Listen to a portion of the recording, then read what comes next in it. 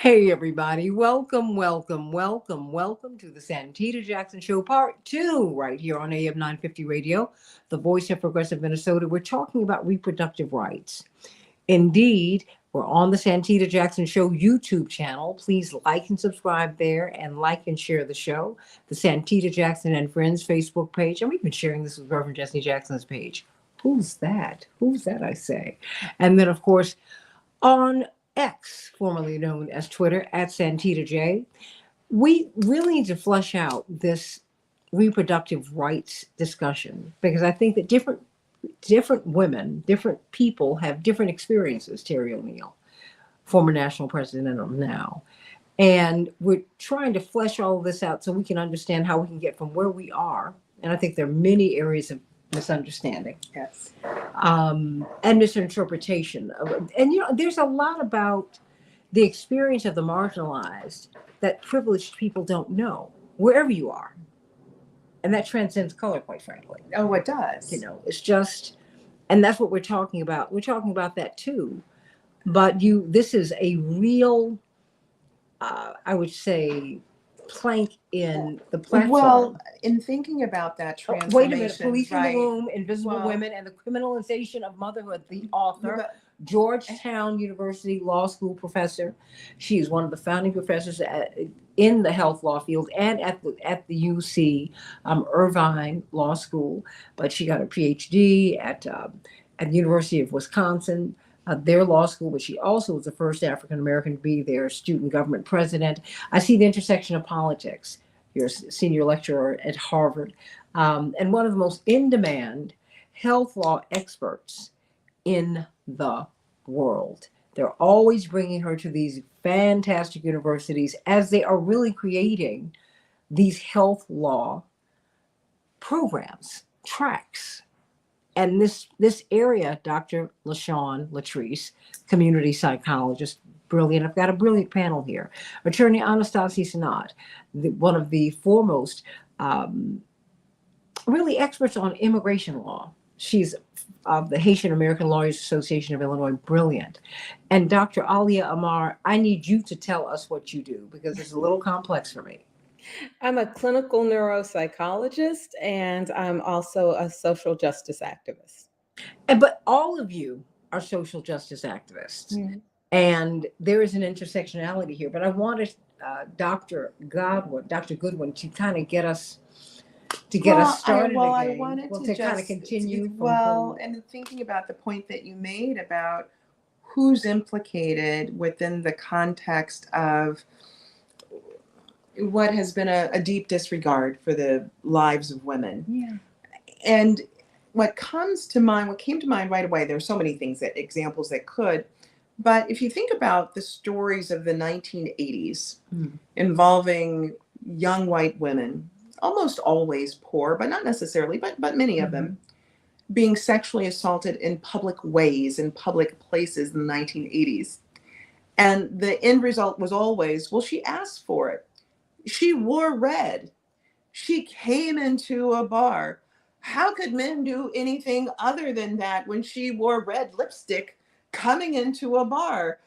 What else could she have possibly wanted than to be thrown onto a pool table and be sexually assaulted by 6 guys, right? And I think that is also a part of the point of the narrative too, when you think about, and I end the book actually talking about the political power of rape and sexual assault.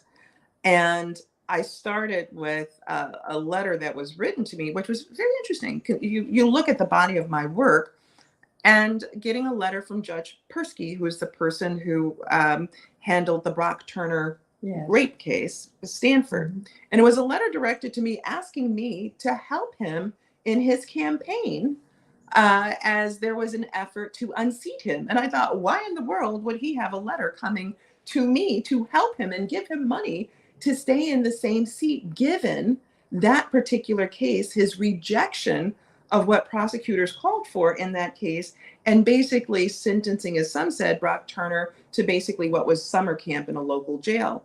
But that chapter talked about the politics of sexual assault, as I see it, as deeply connected to reproductive health, rights, and justice. And after that, I start off with a case that involved a judge sentencing a father who had serially raped his daughter. So he admits that he had serially raped his 12-year-old daughter. So trigger warning for any in the audience. And he agreed to a 25-year plea deal when prosecutors said, based on the evidence that they had, including what he had acknowledged, it could be a 100-year sentence. So he agrees to 25 years. The judge in that case, Judge McKeon, sentences him to 60 days. 42 days because 18 he had already been locked up. And what the judge said is that it would be devastating to his sons, albeit sad for what happened to his daughters, but it would be devastating for his sons to be without their father. And it's that history in the United States that's living right now. Right now. That was right then. That was as I was writing the book. That story of Judge McKeon, and then so many others. And then I give a sprinkling of, let me just take 6 months to tell you the stories of what's happening right now in this country, state by state, that doesn't even get attention because we become so immune to what happens to women and girls. We're talking with Dr. Michelle Goodwin, one of the world's foremost experts in health law. And let me just start with you, Terry, because this is really in your wheelhouse, and I want everybody to react, please. And I think you can relate to this, Dr. Amar, because Attorney Sanat and Dr. Latrice. I'm very careful about the topics that I put before the audience because I want to be responsible, and I want to have the right people sharing with the audience, because this is a topic that I don't think is handled well, because there's so many missing pieces, Terry O'Neill. Some people think that this is about, no one would want to kill a child once they're alive. No one wants to do that. I'm just saying there's been this oversimplification that is so insulting to women. It's so gross. And we're in a society that doesn't value life anyway. We don't. We don't. From the womb to the tomb and every place in between. We don't. We don't give women prenatal care. No. And I mean, and if I say that I would like women to have, I don't want there to be as many abortions because we don't have the sexual education. We don't have the protection, the birth control. There's just so much. But I want us to be safe. Because if someone's been incested, and quite frankly, if you have a young woman who's got her whole life before her, you can say what you want to say. But if that's your daughter or someone over whom you have guardianship, come on. But then too, you'll say, my father would say, you argue about the baby before they get here, and then you fight over them once they arrive. But there's so many pieces here, and we're not handling this responsibly. And I really believe that as we have been discussing in the prior hour, there's something that we have learned in this experience on the downside of advantage as Black women that's not being heard in this discussion, Terry. Before you answer, Terry, I mean, am I Yeah, you are. You are. Let's hear from Terry. You absolutely are. That where does one even begin? So Terry, take us, because she has captured the struggle. The struggle is real. Oh, Terry, you got to unmute. Sorry about that. I am just It's okay. completely thrilled to be talking to all of these amazing women about women's reproductive health care and access, to reproductive health care, right? So when I was president of NOW, there was, I found myself repeating the same truths, and I think they are still true even today. And that is, first of all, between 1 in 3 and 1 in 4 women will have an abortion by the age of 45. It is a common and necessary aspect of women's reproductive health care. Can you say that one more time? It's 1 in 3 or 1 in 4 women will have an abortion by the age of 45. It's just a basic part of your reproductive health care. And the problem with regulating, with legislators trying to regulate abortion care, is that you can't just pluck it out from the rest of the sort of multifaceted spectrum of reproductive health care. When you criminalize, when you say you're criminalizing abortion care, in fact, what you are doing is blocking another number of women from access to a range of reproductive health care services, which then drives up the rate of avoidable, preventable deaths from complications of pregnancy and childbirth. So TLDR, too long didn't read, these forced birth policies that we are now seeing just exploding all over the country. Forced birth policies kill women, period. And so we have to deal with that. But then in addition, the other thing I think we need to deal with is the racial gap between how these forced birth policies kill women. So go back about 10 years, and I think it was in 2012, Texas passed a draconian law that effectively shut down 50% of the women's health clinics in the state that offered abortion care. 50% of these health clinics where, among other services, abortions were offered. Let me stop you there. Mhm. Because when we look at these clinics, we only think of abortions. They're doing Which are- breast cancer screening, ovarian cancer screening, cervical cancer screening, pap smears. They're providing contraception. They're providing prenatal care. They're providing postnatal care. They're providing STI. I mean, they're providing the screenings for if you have a sexually transmitted disease, right? We all know that if children get sexually transmitted diseases and they are untreated, this can lead to cancers in adulthood. Those clinics, as Terry was saying, were doing all of those kinds of services. Title X services, and just a history note, who shepherded Title X through Congress? George H.W. Bush. What did Nixon say at the time? This is basic public health care. Well, and the reason I brought that up is because all of these issues, all of the aforementioned, that's the umbrella of health, of reproductive rights. All of that is there. And that's funny because it's not in the discussion, right? Well, yes, it's not in the discussion, and it really should be. But look at what happened in Texas. Within 2 years, the maternal mortality rate in Texas had doubled when they shut down half of the women's health clinics. And guess what? The doubling of the maternity mortality rates in Texas was almost entirely due to a huge spike in deaths of Latinas. It was some African American, but mostly some Black women, mostly brown women. It was and that's what I mean when I say these forced birth policies, which Texas had put in, kill women. We're now seeing around the country women dying unnecessarily from complications of pregnancy and childbirth because of the abortion bans that they've put in. Let me just add one more layer of this, because you have racial gaps in access to health care. But the other thing that I used to say when I was president now, and I'm still saying it, is when you talk about a woman's right to choose, a woman's right to choose whether to have children, when to have children, how to build her family, you cannot just talk about her access to terminating a pregnancy.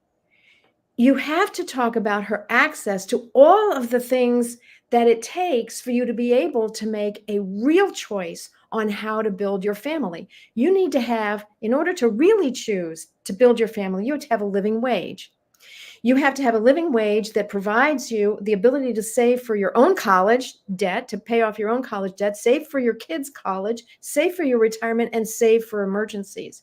You need to have affordable home ownership, not just putting a shelter over your head, but affordable home ownership. This is how middle-class people build their wealth for retirement and build something that they can leave to their kids. You have to have that. You must be able to live in a community that is thriving, where people take care of each other and know each other. And you must live in safety. You must be safe from violence in the street and violence in your own home. It is that whole complex of things that a woman must have in order to have a realistic ability to choose how she's going to build her family going forward. None of those things are in place. Many of those things are in place for white women, right? Most of those things are generally in place for white women, except younger women and low income white women. And Terry, one of the points that you're making right here shows where pollsters have failed. So in 2022 midterm elections, there were the predictions that there was going to be the red wave, the red tsunami. It was going to come. And as I was being asked this question on MSNBC and other networks, I was saying it's not going to happen. It's not going to happen because what parent wants to sit across from their child at the dining room table and say, your life is over at 10 years old? And the second thing is that Terry is talking about how women think about the economy. They sort of think that economy, that's what men think about. Men are thinking about the price of gas. Men are thinking about how much are groceries that they're taking home and putting in the fridge. No, guess who's filling up the tank? It's women who have to take the kids to all their different schools, take them to all their different lessons, pick up the elders in their lives and take them to where they need to take them. Guess who's buying the bread and the milk and putting it in the car and unpacking it into the refrigerator and the various cabinets and things like that? It's women. And so there's been this way in which we fail to understand how a reproductive economy is an economy for women, as women do think about how many kids can I justifiably fit in one bedroom?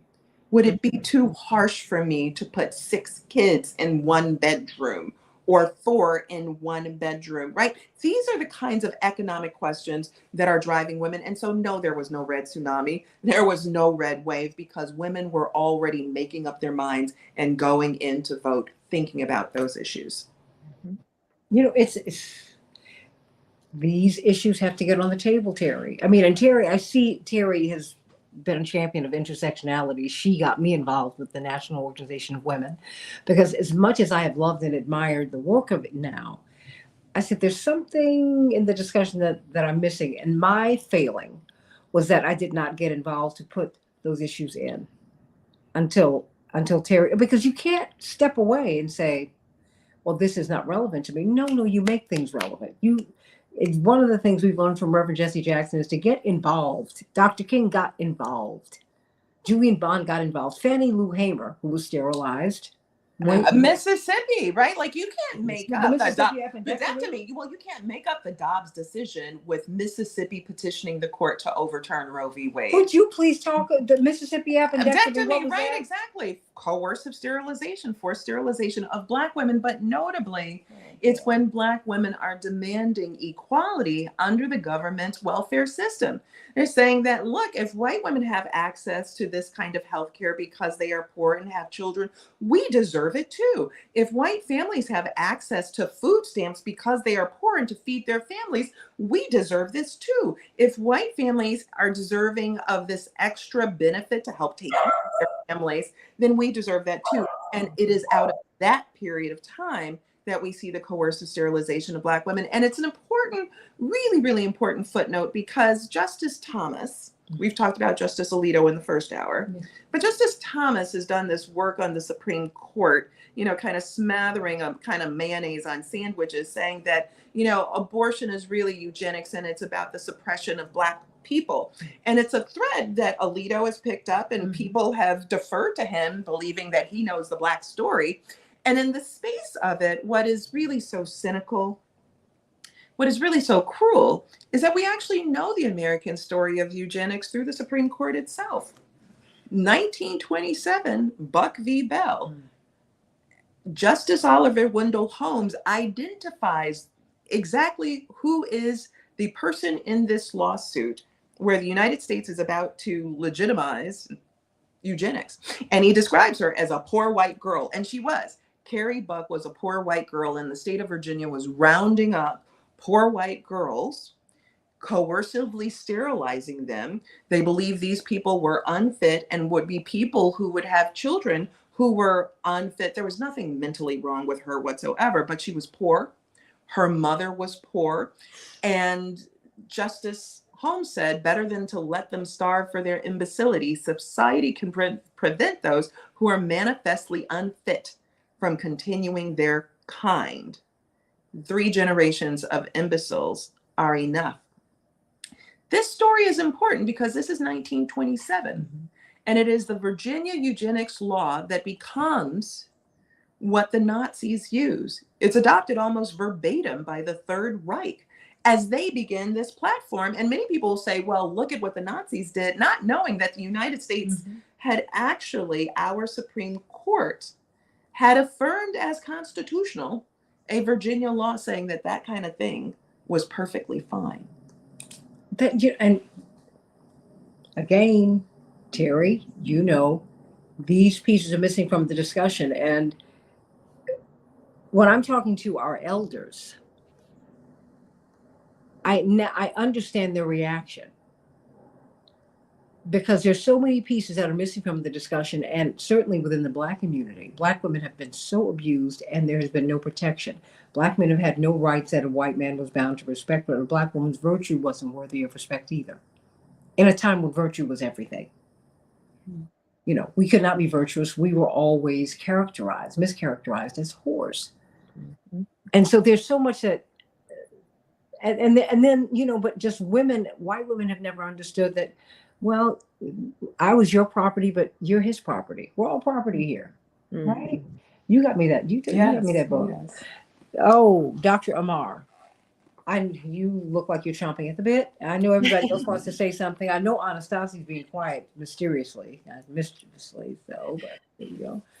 Well, I had a few thoughts on the dismantling of the social structure, the social medical structure that women have depended on for decades. Planned Parenthood provided low to no cost healthcare access for many women and young, teenage girls who perhaps didn't have access through their schools or through their parents to have proper sex education, who didn't know very much about their bodies. Planned Parenthood wasn't about, just walking in and trying to have access to abortion care. It was really the first and sometimes the only opportunity that many women had to get private, confidential health care.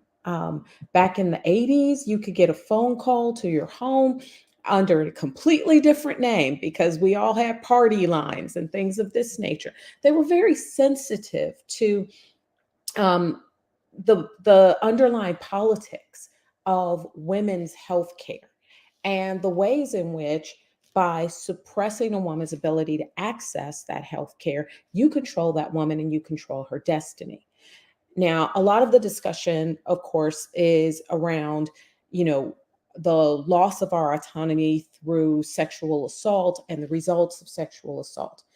But we also need to talk about women who are having miscarriages. And I believe it's fair to talk about women who simply choose, because the choice that we make often reflects what our goals and aspirations are. These unique, miraculous things that our bodies are capable of place us at a different level of risk towards our own aspirations than men have.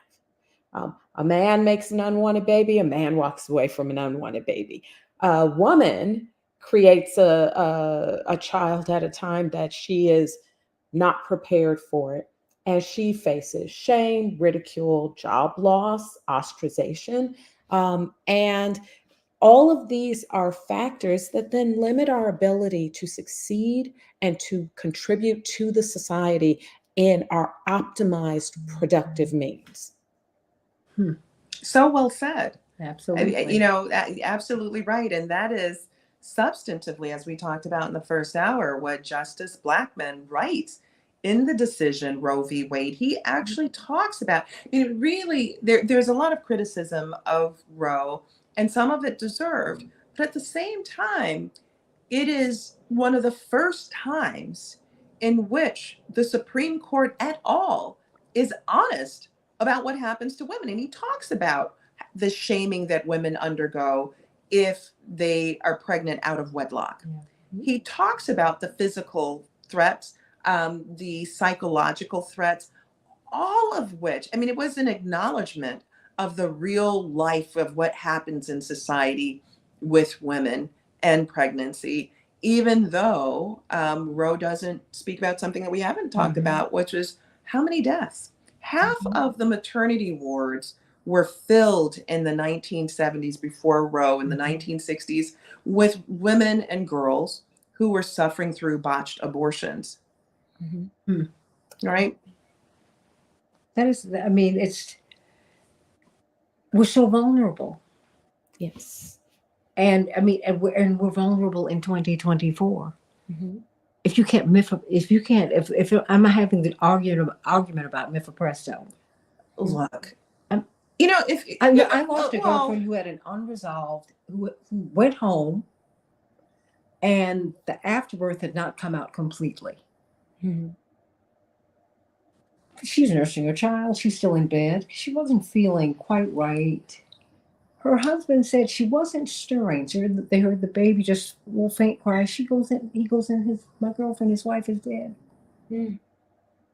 but look, what have we seen in the wake I'm not of alone, Dobbs? though. No, in the wake of Dobbs, what we've seen is just how cruel legislators, lawmakers can be, and in states, notably Mississippi, where 85% of the legislature happens to be male. The people who control all of the key committees are also men. What we've seen in Louisiana is we've seen proposals to call for the death penalty for women and girls that would terminate a pregnancy. South Carolina, too. There have been doctors to testify before the Louisiana legislature trying to get them to lift the ban that will not allow for abortion in case of rape and incest. And so you had doctors who've testified about having the 8-year-old patient, the 9-year-old patient, to men who are saying, well, they don't really care about any of that.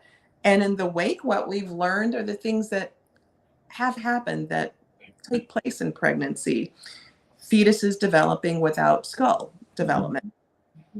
Fetuses developing without brain development, without a full skull. With their hearts outside of their bodies.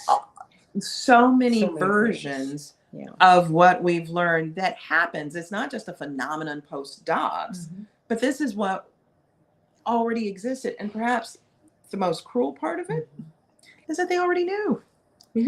Legislation doesn't get passed without there being, oftentimes, there competing forces. And so then you have legislators that are bringing in evidence, and they're calling upon doctors, and they're calling upon scientists, and there's the submission of amicus briefs. So here we have lawmakers who were still bent on passing these laws, knowing all of this and deciding that it did not matter to them.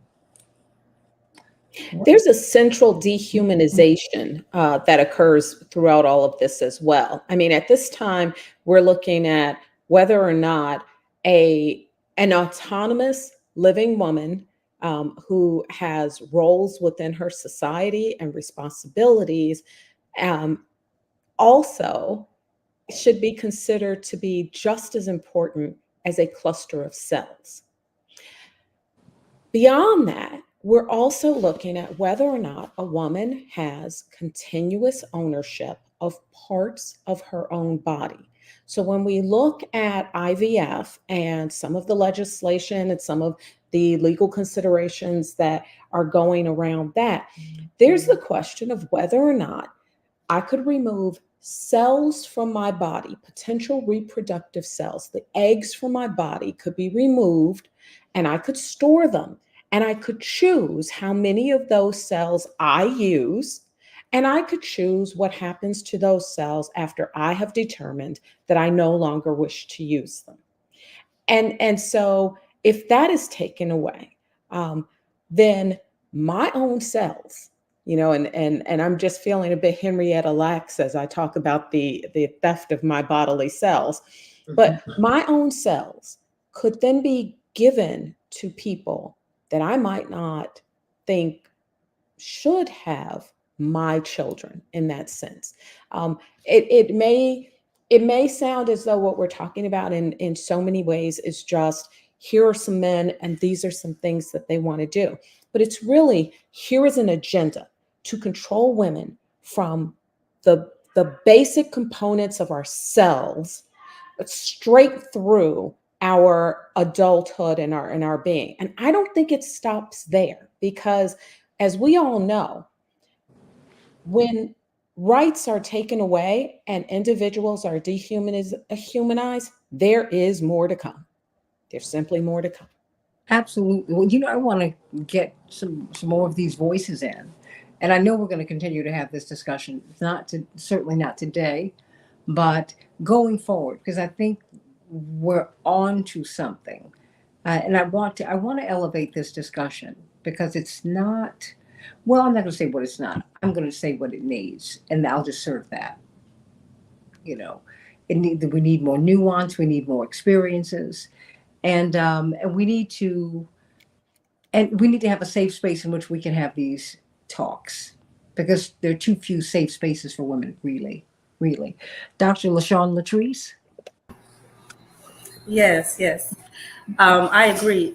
We do need more safe spaces, but I agree with what was already said prior on the panel. There is a disproportionality that exists amongst African American women as it relates to the various health conditions that are under reproductive health. And I think in a lot of ways, we are ostracized based on who we are and where we come from, on what we choose to do with our bodies. This is missing from the conversation, but if we push it to the forefront of the conversation and kind of cause it to be something that is forever talked about across the board, not just during this race, during the next race, but we have to remember we're in charge of our own bodies. And unless we unite to talk about the things that are most important as it relates, all they have to do is look at the research. I mean, we're all people that study. Research suggests that many of these social determinants, they're intersected. So you have health issues, you have poverty, unemployment, limited education, all these things, the lack of quality health care. Many of these things play a key role in why we do what we do and when we make decisions that we do. But also, it's not for us to judge why a woman makes a decision to carry a child or not, or what they want to do with their cells, with their bodies, anything. I just think that to hand those things over to the political world or to policies, how in the world can you do that when we're talking about human beings?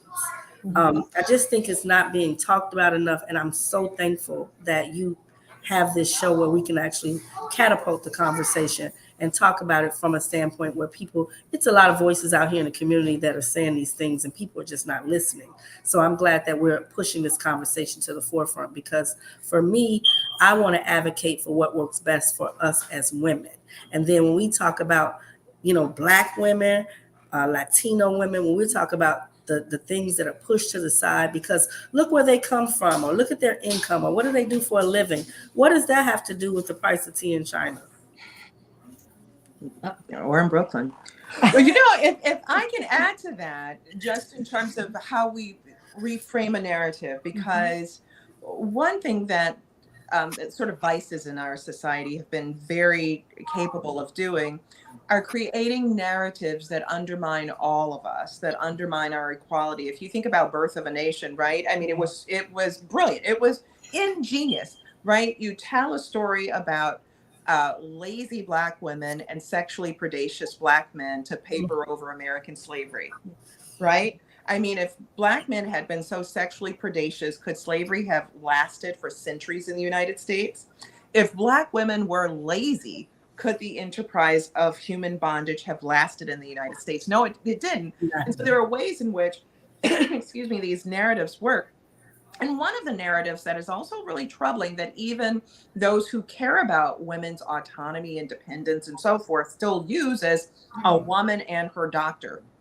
You never hear that about a man and his vasectomy. Yeah. Like, his vasectomy and his doctor. his bank account and his doctor, right? But it's only like women, like, you know, once you consult with your doctor who's going to help you determine what you want to have in your life, why does a woman?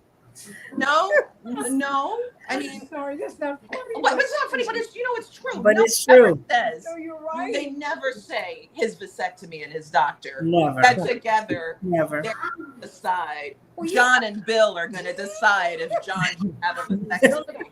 They're going to do everything they can. They You even know, show those commercials for erectile dysfunction dysfunction during yes. family hour. I'm Oh, like, yes, they do during the Super Bowl, and then other times when families are together, like modern day Little House on the Prairie. That sad little carrot. Yes.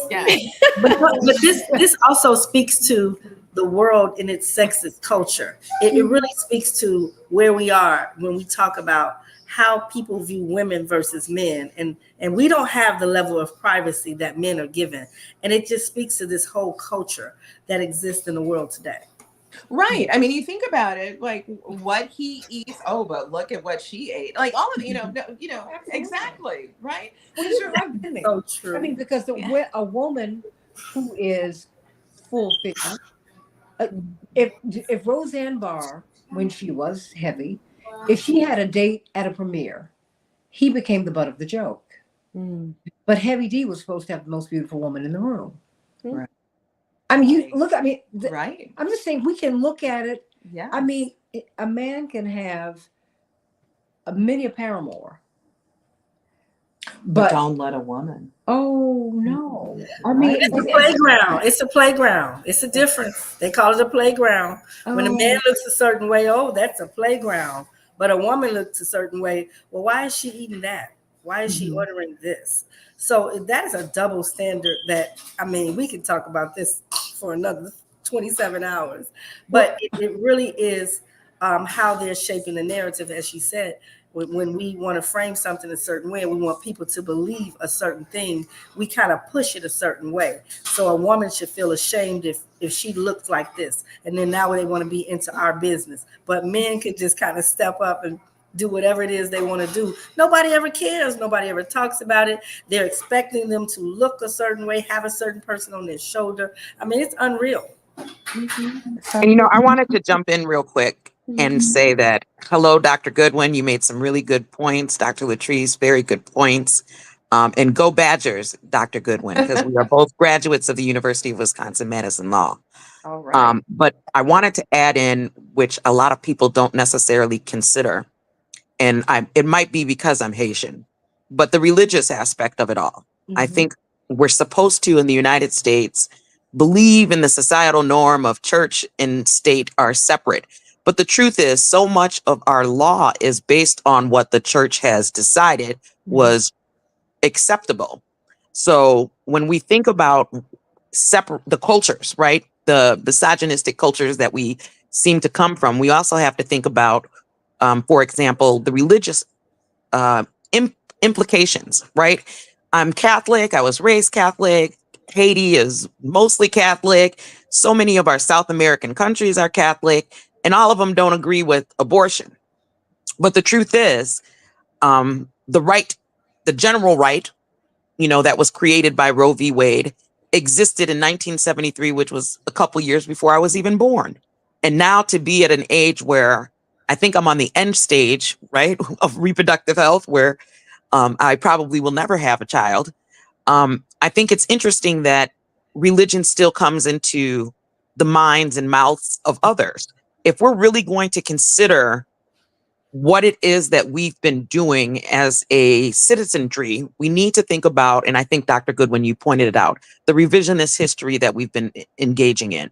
And I think that is the problem. We've engaged in so much revisionist history, so much false narratives, so much misinformation that it's kind of become a little bit difficult to educate our youth, right? The millennials, the Gen Zers, I mean, the Gen Alphas, I feel like they're going to be super clueless by the time they even get a right to vote. And this is the opportunity for us as women, even women like myself who have never had a child, to really talk about Why is reproductive health important? Not only just giving birth, but what happens when we lose the right to give birth? Naturally, menopause is upon a lot of us. Some have actually gone through it. I don't know where I'm at. I feel like I'm going through it, but I don't know. It's something that needs to be studied and educated. But I could have helped someone when I was younger, but I never thought about it. I was thinking about my career. I could I have gotten married? I guess. I don't know. I just wanted to be a lawyer and I wanted to do what I was doing. And now I'm at the end of the game, so to speak, right? They say by 57, something like that, that's when menopause really hits you. But these kind of conversations that we're having, I mean, I think it's kitchen table, but it's also should be more than just a kitchen table conversation.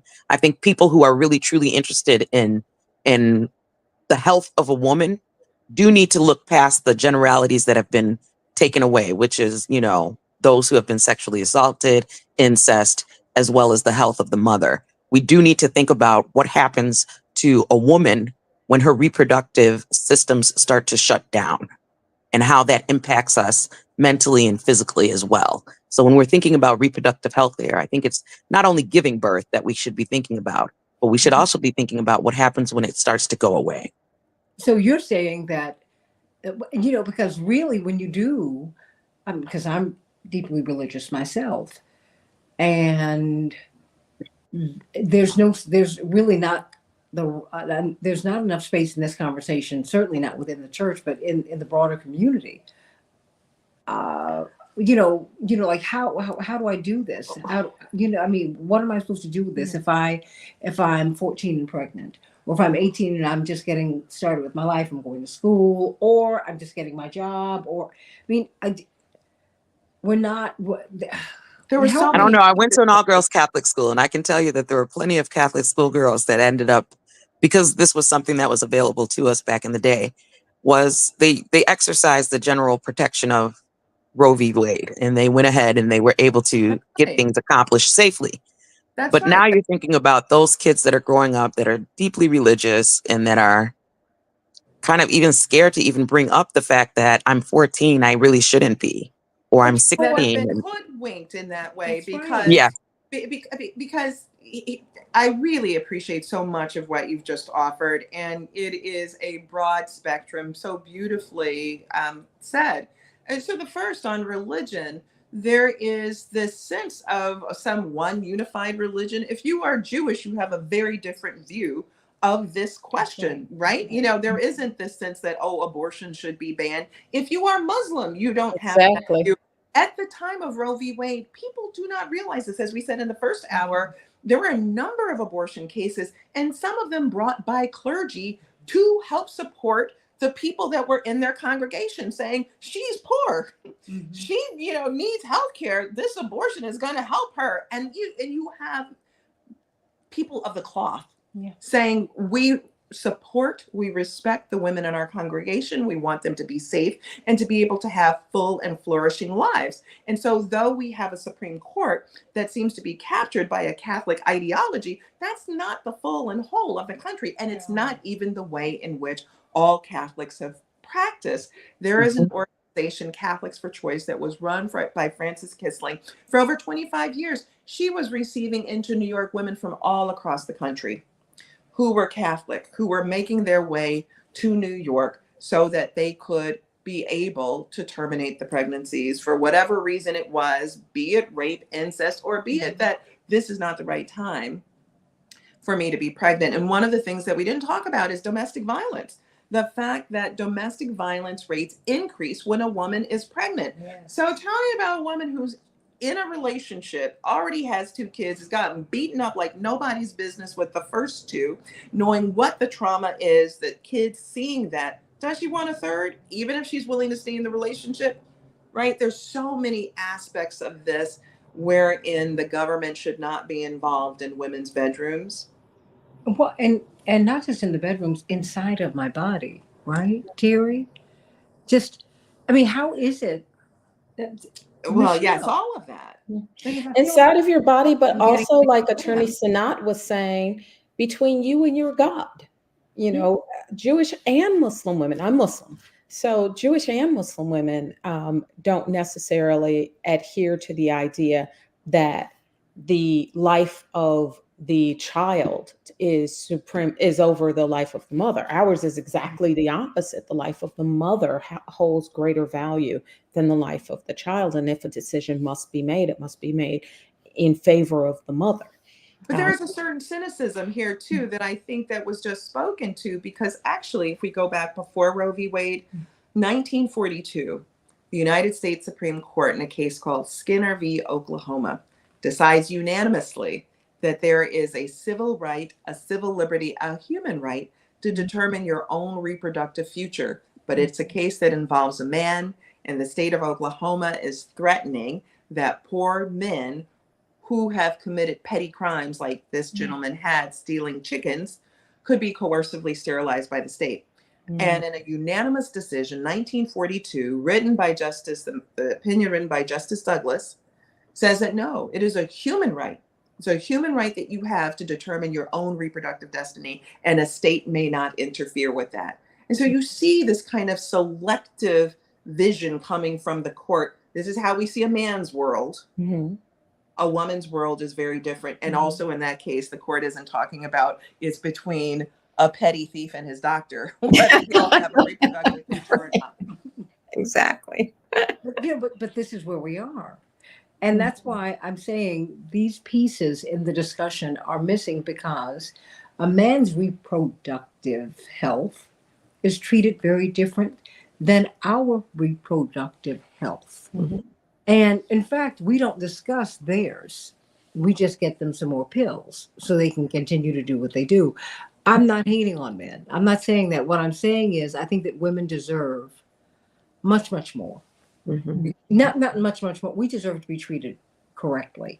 Mm-hmm. I think that the approach to us and our health care, which is what reproductive rights, once you have your menses, you can't go to the pediatrician anymore.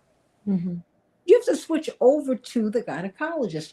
Your mother, if you're fortunate enough to have a mother who's conscious, or your guardian, every 28 days or however your cycle begins to settle out, they want to know if you got your period. Mm-hmm. Not just for pregnancy, but to see if you are healthy. Mm-hmm. Mm-hmm. But Right. That's not, I mean, it's not being framed. That's the number one question asked when you go to visit your primary care. Mm-hmm. When was the date of the last period? Mm-hmm. Right? When was the start of your last period? They want to know. Why? Yeah. Because it's important. Because it's important for your health, right? Mm-hmm. Right. And now This there are is our some healthcare. legislators who want to track it. They want the police to be able to track it. They want politicians to be able to track women's periods so that they can tell if a woman has, I live in Tennessee, if a woman has left the state of Tennessee to terminate a pregnancy and she comes back. I mean, it's just, yeah, that's another part of the dehumanizing. That is, when it comes to where, okay, in a white patriarchal capitalist system, when the legislators and the police or whoever is implementing the legislators' laws are tracking women's periods, that's where you have really crossed the line into treating women like breeding animals. Mm-hmm. Right? And we know this was done in this country for hundreds of years on the forced labor camps that call themselves plantations in this country. We know that we could revert to that easily, and so we just have to be very conscious of. I think it was you, Dr. Amar, who said this is really the systematic dehumanization of women, and yeah. Well, you know what? I am going to. We only have about 5 or 6 more minutes here. I just can't believe it. These conversations are moving so quickly. But that's why I waited, because I wanted to have Dr. Goodwin, and I'm in Washington for the CBC weekend, and so I said, well, I'll take advantage, because I wanted to see her for 5 minutes, longer than that. Actually, I'm going to come back and spend the weekend. I've already invited myself. Goes without saying that that's not an invitation. Yeah, Not necessary. But I want us to have a discussion where we begin to frame this to your health.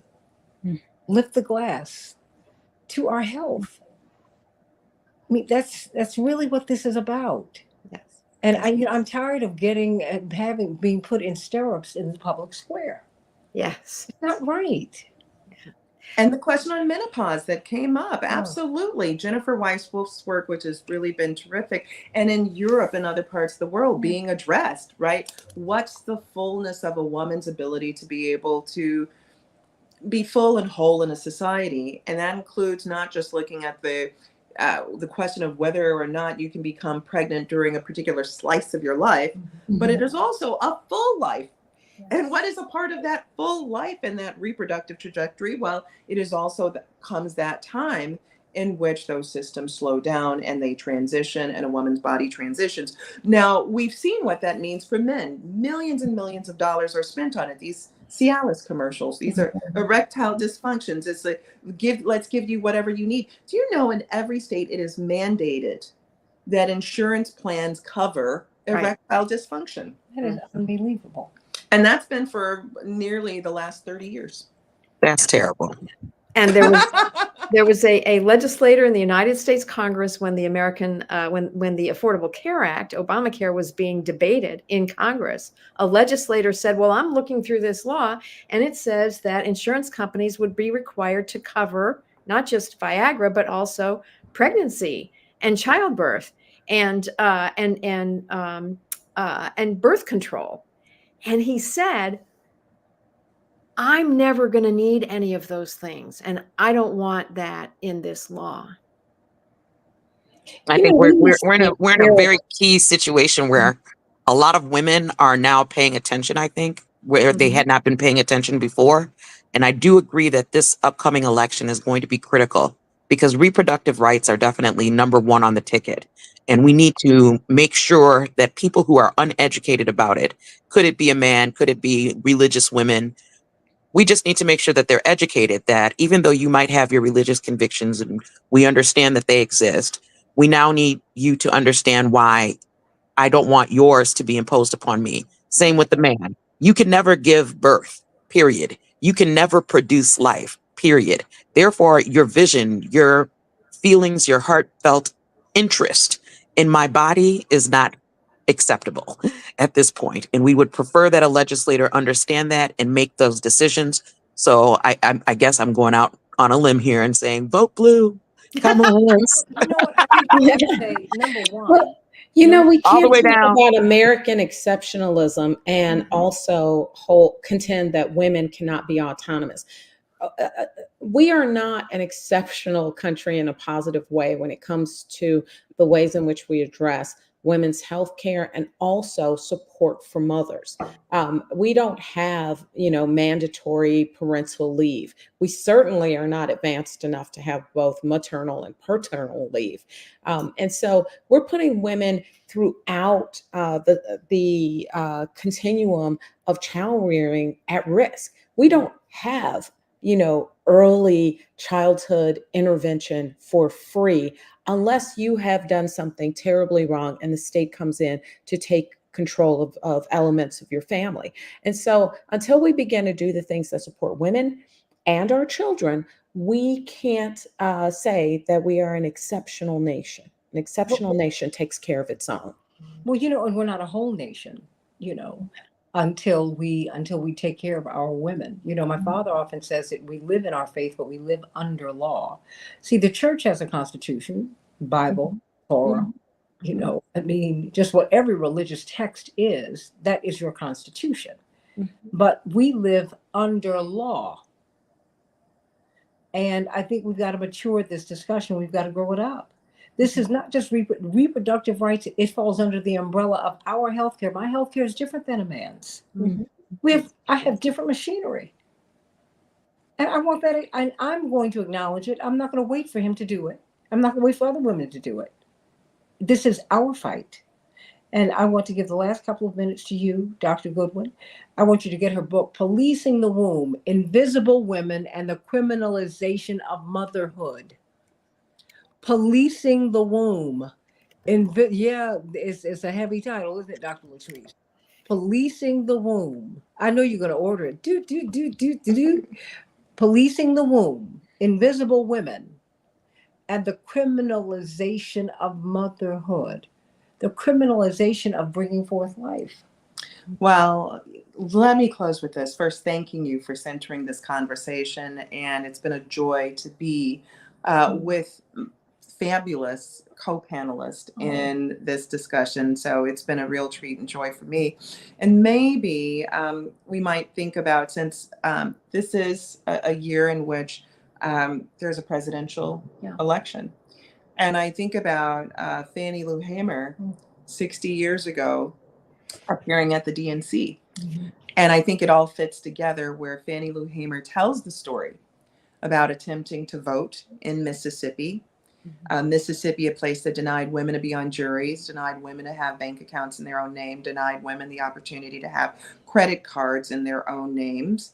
A state that didn't ratify the 13th Amendment until 2013. The 13th Amendment, which abolished slavery, was done in 1865. Mississippi got around to it in 2013. Of course, that was symbolic because, you know, the ratification had passed, but it says a lot that Mississippi had just waited until 2013. Well, Fannie Lou Hamer talked about in front of the DNC what it was like when she attempted to vote, saying that she had been inspired by the young people who had come down to Mississippi and so many who had lost their lives. We know about the story of Goodman, Cheney, and Schwerner, you know, Andy Goodman, Mickey Schwerner, James Cheney, 3 young civil rights workers who were down for Freedom Summer, who were pulled over by police and then after release were chased down and were brutally murdered. She said she was inspired by those young folks and that if those young folks could stand up, she could too. And so then she describes the story, which you know well, Santita, about these women being dragged off the bus, taken to a jail that housed male prisoners, being beaten by these men, being forced to be beaten by the guards. And then when the guard was dissatisfied with how Fannie Lou Hamer was being beaten, the guard took the baton and began beating her in the head. And Fannie Lou Hamer talked about all of this because she is a Black woman, refused to be a second-class citizen, and all of this just because she wanted to be able to vote. I think it says a lot that Fannie Lou Hamer brought to our attention that Mississippi appendectomy, that coercive sterilization of Black women, because it all ties together. Our political power or the lack thereof, the power and autonomy over our bodies or the lack thereof, and the demand that our nation pay attention to us. And let me just close out with something that is near and dear to your father, who is also near and dear to me too. The person who passed the microphone on to Fannie Lou Hamer was actually Dr. King. Yes. He's often cut out of the photo in Fannie Lou Hamer at the DNC, but it is Dr. King who was sitting there who was given the microphone.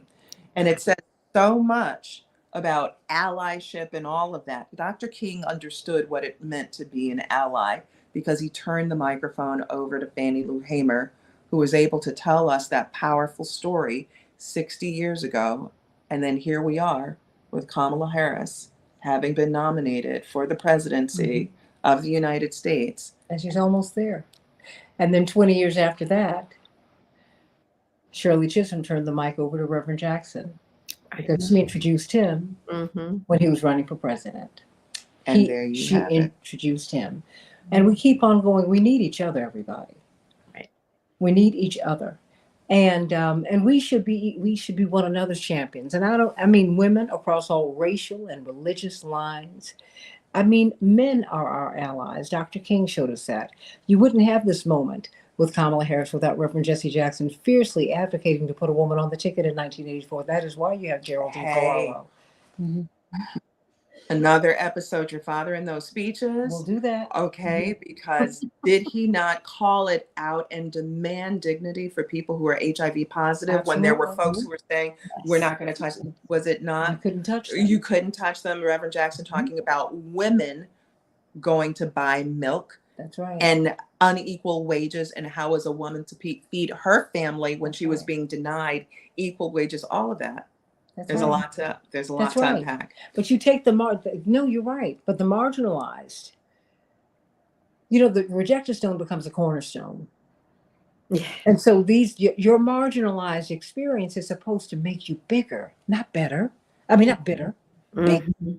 It makes you include people. It makes you think about, wait a minute, we can be better than this. Not only can we be better, we can be right. Mhm. And that's what this discussion is about today, which is why I'm so glad that my sister, beloved, who I'm with today, and all of you are my sisters, beloved. But in a special, I must to say, you don't often get a chance to tell someone uh, that you love them publicly. But at a very, very difficult time in my life, when my life, quite frankly, when I was looking at losing it, I just known you maybe a year or two, and you had my back. So there were things I didn't have to worry about, like my job. Mm. One busiest woman on the planet said, I will take over your job for you. I just need you to get well. Mm. We're sisters, everybody. And we need to come together and be sisters and take care of each other and love one another. Really. Let's not get better. Let's get right. Let's get right. We have that capacity. I love you, everybody. Reproductive health is our health. It's our health. We're not men, we're women. Mhm. I'm not a faux man, I'm a woman. And I need that to be respected. How about that? Love you. Love you, Michelle. Love you, God. Goodbye, everybody. Love you, Anastasi. Love you, Alia. Love you, LaShawn. Love you, Terry. And thank you all for your years of service. Terry, thank you for all that you have done, bringing people together across, fighting everyone to going across all lines, because you see no lines with people. Dr. LaShawn Latrice, you're making noise, making change, and taking the pain in your life and turning it into power. Anastasia Sanat, you've never forgotten your family's immigration experience. And so you fight Mhm. for those who've been marginalized in that way. And you have given us a global perspective, Alia Amar, while being Dr. Alia Amar, while being deeply grounded in the Black American experience.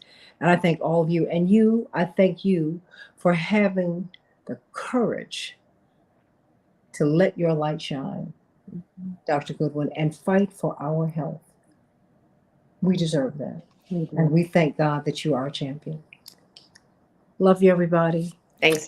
Thank Love you you so much. too. I love you, everybody. Love you, love you, love you. Have a great one. God bless you. Good one. God bless.